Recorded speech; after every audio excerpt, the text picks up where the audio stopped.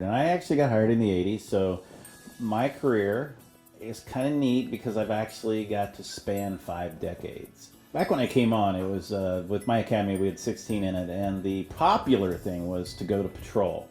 But I also noticed that all my instructors were from the traffic unit at that time. So myself and another officer, Officer Wimpy, we went to the captain and asked to go to traffic. And we were called the traffic weenies. So we wore white hats. The patrol wore blue hats. There are going to be a lot of people out there that don't even remember that, but that's how we used to be. And from there, my career kind of launched. But one of the things that, for me, was I met motorcycle officers before I became a police officer. And I gotta say, it intrigued me that they got to ride around on Harley Davidsons all day long and got paid to do it. And that's really kind of one of the reasons that prompted me to become a police officer. I came home and told my wife, we laid out a pro and con list of things I could do or things I might want to do. A police officer really hit most of the points. Law enforcement was not really something that was in the cards that I thought when I was a young person. Matter of fact, I was actually probably headed towards the other side of law enforcement with the people that I grew up with.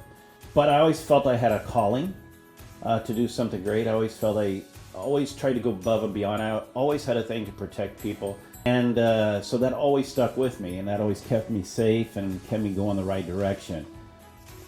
It just so happened later on that I had the opportunity, and that opportunity paid out. Well, Topeka was a stabilized place for my family. Number one, to make it home and to raise my son and grow our marriage.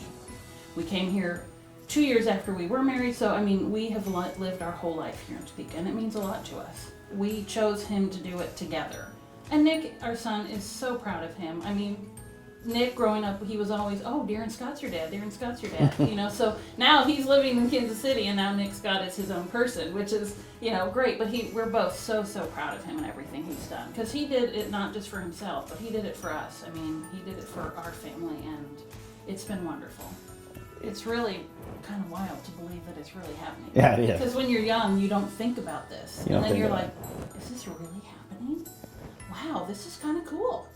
It'll be fun to transition. One of the questions that I always ask up-and-coming commanders is, what is going to be your legacy? I can tell you unequivocally that I have touched about everything in my department to help shape the organization for the community.